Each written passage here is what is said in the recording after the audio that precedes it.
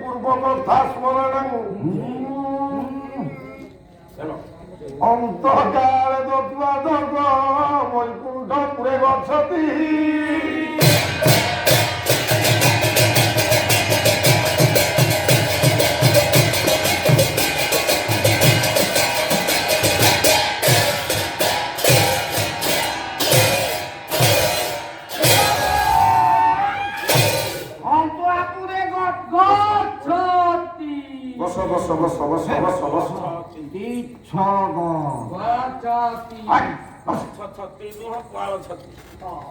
বস বস বস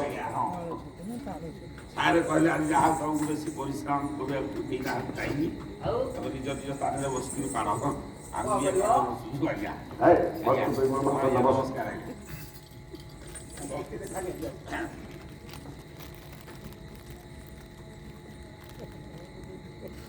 ବରେଣ୍ୟ ପ୍ରାନ୍ତ ସାରଥ୍ୟ ସ୍ୱାମୀଙ୍କ ଆତ୍ମନ ଭଗବତ ଅନୁପ୍ରାଣିତ ପୁଷ୍ପକଦମ୍ବ ମହୋଦୟ ତୈଳପୂର୍ଣ୍ଣ ମହାଭାରତର ସମସାମୟିକ ଯୁବବନ୍ଧୁ ମାନ ତଥା ଆର୍ଯ୍ୟ ପ୍ରସିଦ୍ଧ ଉତ୍କଳର ଉତ୍କଳିଆ ସ୍ନେହମୟୀ ବାତ୍ସଲ୍ୟମୟୀ କରୁଣାମୟୀ ପୁରାଣ ତୋଷିନୀ ଜଗତ ଜନନୀ ମା ଓ ଭଉଣୀମାନେ ଏବଂ ଆର୍ଯ୍ୟବର୍ତ୍ତ ଭାରତ ବର୍ଷର ଭବିଷ୍ୟତ ସମସ୍ତ କୁଣାକୁଣି ପିଲାମାନ ଗିଡ଼ରେ ଯାହା ହେଉ ପବିତ୍ର ପୀଠ ମା ଶାରଦା ଦେବୀଙ୍କର এই সারদা পরিষদ আনুকূল্যে আয়োজিত প্রভু সত্যনারায়ণଙ୍କର বার্ষিক যজ্ঞ মহোৎসবর আজ হচ্ছে দ্বিতীয় রজনী দ্বিতীয় পাখুড়া আম্ভମାନଙ୍କର ସୁଯୋଗ ମିଳିଛି ପ୍ରଭୁଙ୍କର କିଛି ନାମ କୀର୍ତ୍ତନ ଗାନ କରିବା ଏବଂ ଶ୍ରୋତାମାନଙ୍କୁ ଶ୍ରବଣ କରିବା ହେଉଛି ଆମ୍ଭମାନଙ୍କର ଏ ମଞ୍ଚ ଉପରେ କର୍ତ୍ତବ୍ୟ ନାଇଁ ଯାହା ହେଉ ମନୀଷୀ ମାନଙ୍କ ଭାଷାରେ ଅନୁଯାୟୀ ଭାଷାକୁ ଲକ୍ଷ୍ୟ କରି ନିର୍ଦ୍ଦେଶକୁ ପାଳନ କରି ଯେକୌଣସି କ୍ଷୁଦ୍ର କଳାକାରଟିଏ ମଞ୍ଚ ଉପରେ ଦଣ୍ଡାୟମାନ ହୁଏ ତାର କିଛି ନା କିଛି ମାର୍ଗ ଥାଏ ଯେଉଁଭଳି ଭାବରେ ଆପଣମାନେ ଯାନବାହନ ସବୁ ନେଇ ଯାଉଛନ୍ତି ରାସ୍ତା ଉପରେ ବାଇକଟିଏ ହେଉଛନ୍ତି ପ୍ରଥମେ ଗୋଟିଏ ପ୍ରଥମ ଗିଅରଟିଏ ପଡ଼େ ତାପରେ ଦ୍ୱିତୀୟ ଗିଅର ତାପରେ ତୃତୀୟ ତାପରେ ଚତୁର୍ଥ ତାପରେ ଯାହା ଯିବା କଥା ଯିବ ନାଇଁ ତେଣୁ କଳାକାରଟି ଯେତେବେଳେ ମଞ୍ଚ ଉପରେ ଦଣ୍ଡାୟମାନ ହୁଏ ତାର ମଧ୍ୟ କିଛି ନା କିଛି କର୍ତ୍ତବ୍ୟ ଅଛି ଯେଉଁଟାକି ମହିଷୀମାନଙ୍କ ଭାଷାରେ ଆଦି ଆଦି ଆସକ୍ତ ଦ୍ୱିତୀୟ ମଙ୍ଗଳାଷ୍ଟକ ତୃତୀୟ ମନ ଚୈତନ୍ୟ ଚତୁର୍ଥ ପାଲା ପରିବେଷଣ କିନ୍ତୁ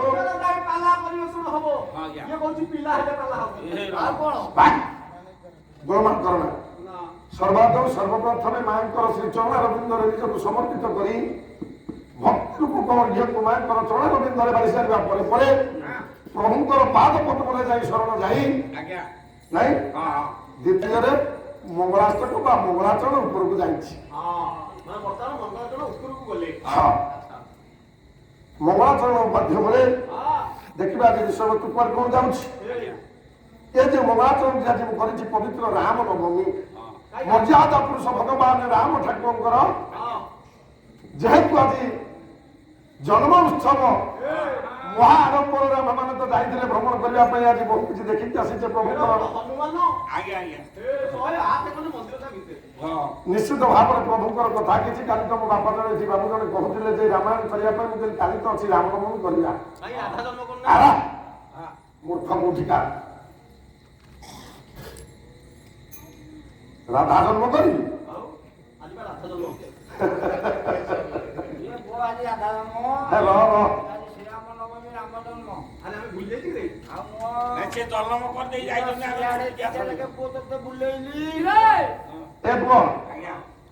ସେ ଯାହା ହଉ ସେ ପୁରା ମୋର ବୁଢା ବାପା ଆଉ ବୟସ ନାହିଁ ଆପଣ ମାନେ ସମସ୍ତେ ଜାଣିଛନ୍ତି ଭାରତୀୟ ସାମ୍ବିଧାନିକ ନ୍ୟାୟ ଅନୁଯାୟୀ 60 ବର୍ଷ ହେଇଗଲେ ଭତ୍ତା ମିଳୁଛି ବାପାରେ କାହିଁ ସରକାର ଭତ୍ତା ଦଉଛି କାହିଁକି ରିଟାୟାର କରୁଛି ହିତାହିତ ଜ୍ଞାନ ଲୋପ ପାଇ ପାଇ ଆସେ ମୋଟରୁ ଓହ୍ଲେଇଲେ ବାପା ହିସାବରେ ମୁଁ ମୁଣ୍ଡିଆ ମାରି ପାରିବି ବୟସ କିନ୍ତୁ ମଞ୍ଚ ଉପରେ ହବ ତୁମର ଯେତିକି ମୋର ସେତିକି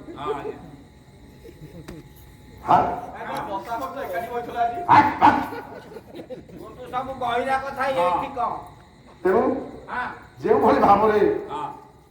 ବୟସ କରିଲେ ସେମିତି ହୁଏ ଆଜ୍ଞା। ମୁଁ ଧରିଛି କଣ ଆଉ ଯାହା ତ ପାଲା କାଲି ହେଲା ଯାହା ଆଜି ହେଇଛି ମୁଁ ଯିବି ନିଶ୍ଚିତ ତା ଭିତରୁ ନ ଯିବି ବୋଲି ମାନେ ନାହିଁ। ନଗଲେ ଆପଣ ମାନେ କହିବେ ବୁଢାଟା ଗାଇ ଦେଇଗଲା ଟୋକାଟା କଣ କରୁଛି ଏ ଦନେଇ ଦାସ କଥା କହିଲା ଭଳିଆ ଦନେଇ ଦାସ କଣ କହିଲେ ରେ ପୁଅ କହିଲା ବିଲାଇ କି ବୁଢା ବାପା କହି ପିତା